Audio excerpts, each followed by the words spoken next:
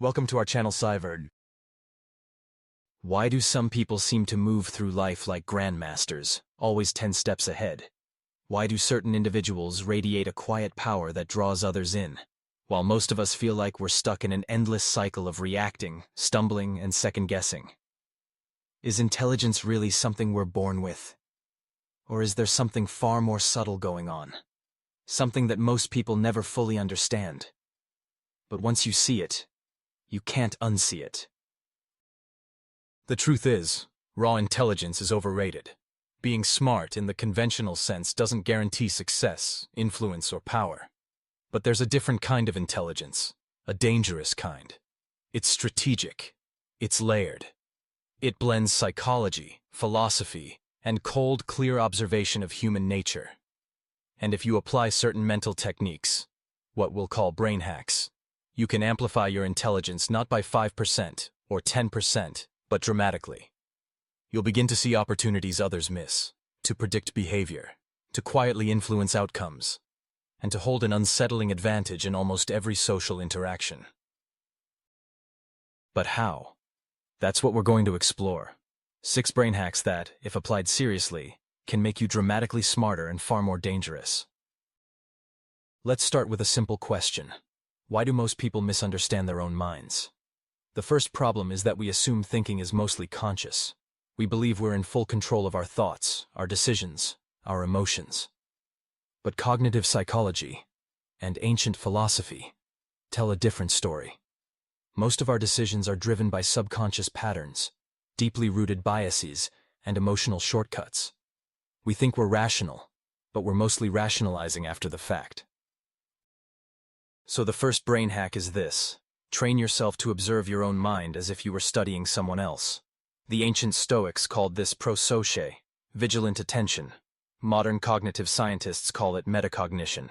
You begin to notice when your mind is slipping into bias. You catch yourself craving validation, fearing rejection, or simplifying complex situations just to feel comfortable. Once you start observing these patterns in real time, you create a split in your mind. A small distance between impulse and action. That distance is power. It's the difference between being controlled by your emotions or using your emotions strategically. But once you can observe your mind, the second question arises. How do you see reality more accurately? Most people see the world through a narrative lens. They're constantly constructing stories that fit their desires, fears, and beliefs.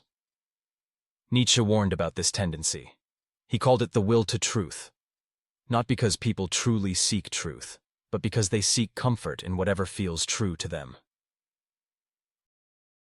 The second brain hack is radical doubt.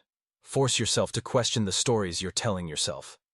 Ask, what am I not seeing? What evidence would disprove my current belief? What if my entire framework is flawed? This kind of ruthless self-skepticism can feel unsettling, even dangerous.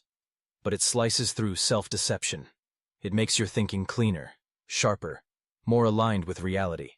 The person who can tolerate uncomfortable truths will always outthink those who cling to comforting lies. Of course, seeing reality clearly is useless if you can't act effectively in it. That brings us to the third hack, strategic emotional detachment. Most people are slaves to emotional triggers: anger, jealousy, fear, pride. These emotions cloud judgment. They provoke rash actions.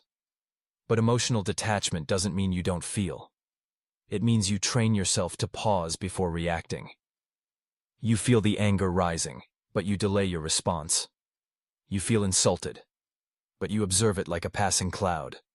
In that space, you can choose your next move carefully. Machiavelli understood this deeply. In The Prince, he writes that power belongs not to the most moral, but to those who master the emotional currents around them. When you're emotionally detached, you stop broadcasting weakness. You don't give others the easy leverage points they rely on to manipulate you. And slowly, people start responding to you differently. They sense the calm control. They instinctively respect it. But emotional detachment isn't enough on its own. The fourth brain hack is to weaponize pattern recognition. The human brain is wired to detect patterns, but most people do it passively, at a surface level. The dangerous mind actively trains itself to seek patterns in human behavior, social dynamics, and power structures.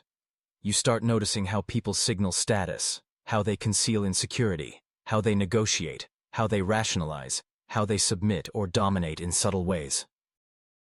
Carl Jung talked about archetypes, recurring psychological patterns that shape human behavior. Once you start mapping these archetypes onto the people around you, you'll see hidden dynamics playing out everywhere. In workplaces, relationships, politics. You'll start predicting moves before they happen, because human nature is astonishingly repetitive. You'll hear what people say, but you'll understand what they actually mean. And this leads to a fifth, even darker brain hack: controlled unpredictability. Predictability is vulnerability. Once others know your moves, your style, your limits, they can exploit you. But when you deliberately vary your reactions, when you occasionally act against expectations, you create uncertainty. Others have to guess where you stand.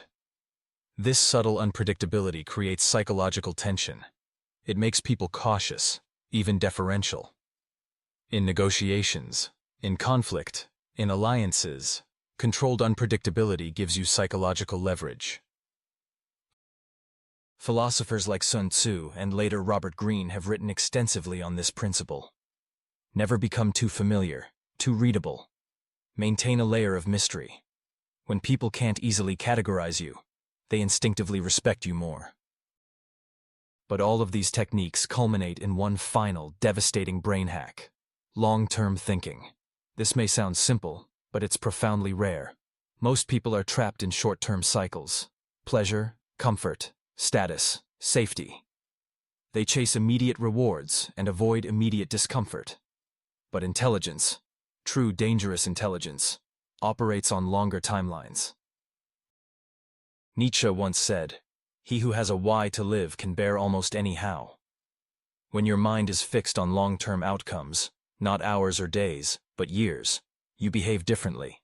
You can endure short-term losses, you can delay gratification, you can outlast competitors who burn themselves out chasing quick victories. Long-term thinking turns patience into a weapon. In a world addicted to speed, slowness becomes unsettlingly powerful.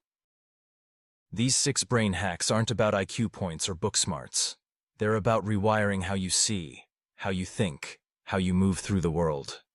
Observing your mind with cold distance, embracing radical doubt, mastering emotional detachment, tracking deep behavioral patterns, introducing controlled unpredictability, and anchoring everything to long-term vision.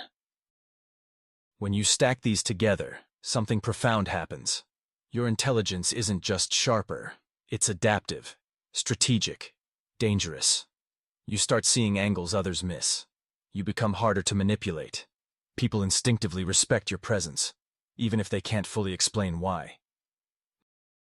Most people will never take the time to develop this kind of mental discipline. It's uncomfortable. It challenges ego.